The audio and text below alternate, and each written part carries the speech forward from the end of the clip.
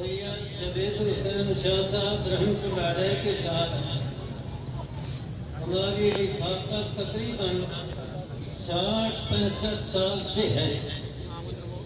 دارالعلوم کبیر والے میں ہم اکٹھے پڑھتے تھے اور دارالعلوم میں یہ بات مشہور تھی کہ دارالعلوم میں ایک ایسا طالب علم ہے جس کا دل جاری ہے،